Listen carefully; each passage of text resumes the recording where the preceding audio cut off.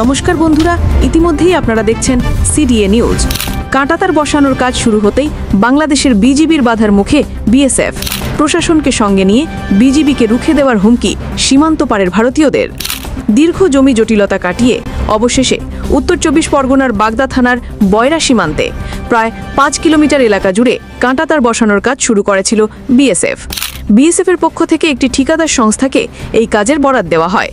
কিছুদিন আগে কাঁটাতার বসানোর সেই কাজ শুরু করে ঠিকাদার সংস্থা।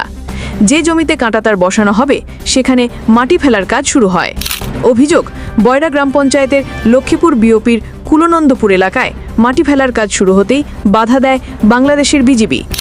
এলাকাবাসীদের অভিযোগ, বর্ডার গার্ড বাংলাদেশের সদস্যরা কপোতাক্ষ নদীর ওপার থেকে কাজ বন্ধ করতে বলেন। এমনকি ভারতের সাধারণ গ্রামবাসীদের দিকে বন্দুক তাক পড়ে বিজিবি।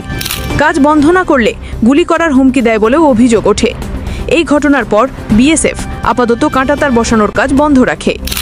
বর্ডার গার্ড বাংলাদেশের বাধা দেওয়া সেই ছবি ইতিমধ্যেই ভাইরাল হওয়া এই ছবিতে স্পষ্ট দেখা যাচ্ছে বিএসএফের কাঁটাতার বসানোর কাজে সরাসরি বাধা দিচ্ছে বিজিবি।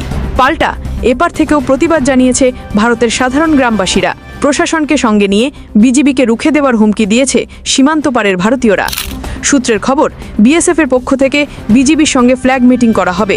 তারপরেই ফের শুরু হতে পারে কাঁটাতার বসানোর কাজ। সিডিএ নিউজ রিপোর্ট, আশিস বিশ্বাস।